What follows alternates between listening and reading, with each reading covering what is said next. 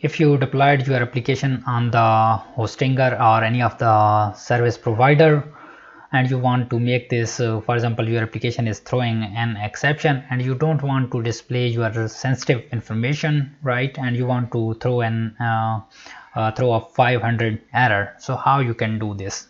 So in the previous video we are running our commands on the server, right, using the SSH. And if you don't know how to do this, so simply watch the previous video. And by the way, this one is a full course where I'm tutoring that how you can basically do this in the, not this one, what's the series, yeah, this one is a hostinger series where I'm tutoring that how you can basically create the subdomain, how you can execute the FTP, how you can create the database and so on things, how you can deploy your application. And in this previous lesson I run these migration using the seeders, and these are executed successfully, right? And now it's completed, and I'm going to close this terminal for now. Okay, it's log out, and now I'm going to exit this out.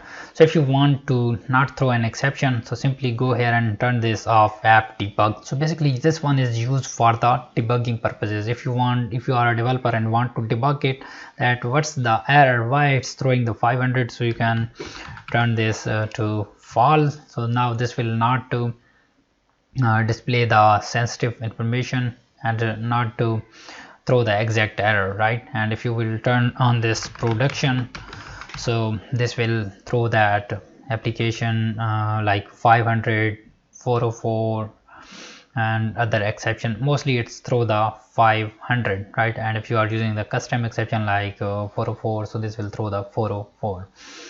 So otherwise your application will be saved, so it will not expose the information. Okay, so here if your application is using the app URL, so make sure to copy this URL and add this here, right? Otherwise if you are using in the email, in my case I'm using this app URL in my email, and you will not update this, and this one contain a localhost URL. So whenever they will send an email to a user, so user will click on the link, and this link will open the local host which doesn't exist on the server. So make sure to update this out.